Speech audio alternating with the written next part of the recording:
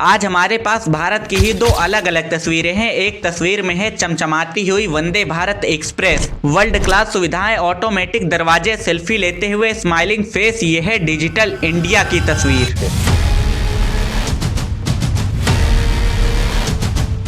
लेकिन एक दूसरी तस्वीर भी है जहां लोग जानवरों की तरह धुसे हुए हैं, जहां टॉयलेट के अंदर बैठकर 15-15 घंटों का सफर किया जा रहा है, जहां ट्रेन में घुसने के लिए हमें अपने ही जैसे लोगों से युद्ध करना पड़ता है। यह है रियल इंडिया की तस्वीर।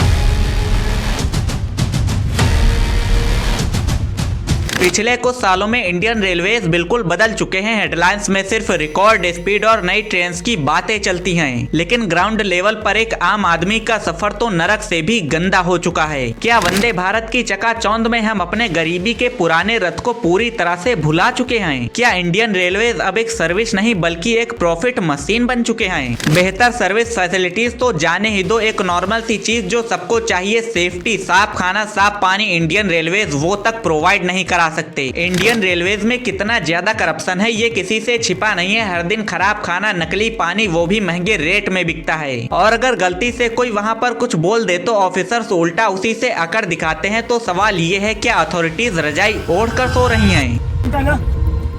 भाई क्यों जाओ यार बाहर, ये क्या कर रहे हो भाई? मैंने सिर्फ आपकी ये क्या कर रहा है भाई तू?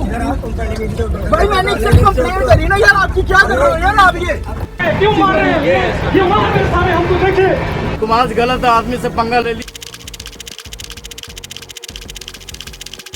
सबसे पहले एक नॉर्मल सी मैथ समझते हैं जो रेलवे मिनिस्ट्री हरदम आपसे छिपाती है। एक ट्रेन की लंबाई लिमिटेड होती है, इंजन सिर्फ 22 से 24 डब्बों को ही खींच सकता है। इसका मतलब है कि अगर आपको नए एसी कोचेस जोड़ने हैं तो ऑब्वियसली पुराने कोचेस कम करने पड़ेंगे। पहले एक स्टैंडर्ड एक्सप्रेस ट्रेन में 4 से 6 जनरल कोचेस होते थे, बट अब ये घटकर सिर्फ 2 रह गए हैं, एक इंजन के पीछे और एक सबसे लास्ट में। सोचिए, पैसेंजर ट्रैफिक हर साल बढ़ रहा है, यानी पॉपुलेशन बढ़ रही है और जनरल डब्बों की संख्या कम होती जा रही है। नतीजा, जो भीड़ पहले 4 डब्बों में बैठती थी अब वो मजबूरी में सिर्फ 2 डब्बों में मर के जा रही है। ये वीडियो देखिए, ये कोई पुरानी फुटेज नहीं है बल्कि ये 2024-25 का अपना विश्व गुरु भारत है। जब आप स्लीपर कोचेस को कम करके उन्हें थर्ड एसी इकोनॉमी में बदल देते हो तो आप इसेंशियली गरीब आदमी से कहते हो या तो 3 गुना पैसा दो या फिर सफर करो। इस स्ट्रेटेजी को कहते हैं फोर्स्ड अपग्रेडेशन। रेलवेज चाहते हैं कि आप मजबूरी में एसी टिकट खरीदो, लेकिन क्या इंडिया की 80% पॉपुलेशन के पास इतना पैसा है कि वो इसे अफोर्ड कर सके?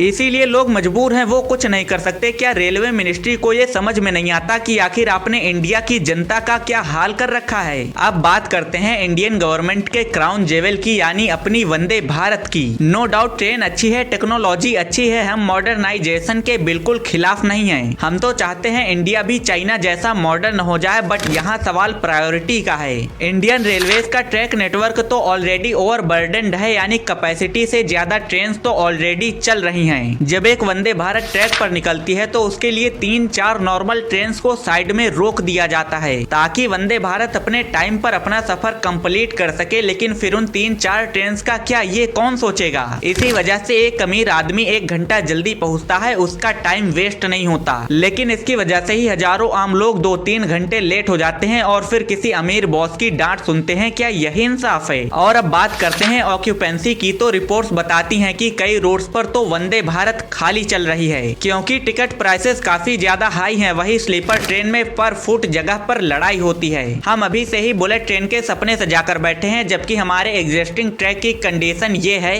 कि ट्रेन 130 किलोमीटर पर आवर की स्पीड से भी चलती है तो कांपती हुई चलती है। जब फोकस सिर्फ नयापन यानी नोवेल्टी पर होता है तो सेफ्टी को कोई झांक कर भी नहीं देखता। CAG की रिपोर्ट देख लीजिए, ट्रैक रिन्यूअल का फंड पूरा यूज ही नहीं होता। राष्ट्रीय रेल सुरक्षा कोष सेफ्टी फंड का पैसा कभी कभी फुट ओवर ब्रिजेस और अमेनिटीज पर खर्च हो रहा है, ट्रैक पर नहीं। सेफ्टी की कमी का एक और बड़ा इश्यू है, लोको पायलट ओवरवर्कड हैं। ट्रैकमैन की भर्ती उतनी नहीं हो पाई जितनी होनी चाहिए थी। जब सिस्टम पर लोड बढ़ता है तो बाला शेर जैसे हादसे होते हैं। हमें नए पर्दे और ऑटोमेटिक डोर्स बेहद ही पसंद हैं, लेकिन जब नीचे की पटरियां ही कमजोर हैं तो वो भी किस काम के? कोविड के टाइम पर सीनियर सिटीजन्स की कॉन्सेशन यानी छूट रोक दी गई थी। कहा गया था कि जब हालत सुधर जाएंगे तो ये फिर से शुरू हो जाएगी। आज रेलवे रिकॉर्ड्स तो प्रॉफिट कमा रहे हैं, लेकिन बुजुर्गों की छूट अभी तक वापस नहीं आई, क्योंकि अब रेलवे कोई सोशल सर्विस की तरह नहीं बल्कि एक कॉर्पोरेट कंपनी की तरह सोच रहा है। डायनेमिक प्राइसिंग के नाम पर फेस्टिवल के टाइम पर ट्रेन के टिकट भी फ्लाइट के बराबर तक पहुंच जाते हैं। सुविधा ट्रेन के नाम पर लूट मची है। क्या इंडियन रेलवेज का अब एक सीधा मकसद केवल प्रॉफिट कमाना बचा है? वीडियो के लास्ट में मैं बस यही कहना चाहूंगा कि रेलवेज भारत की लाइफलाइन है।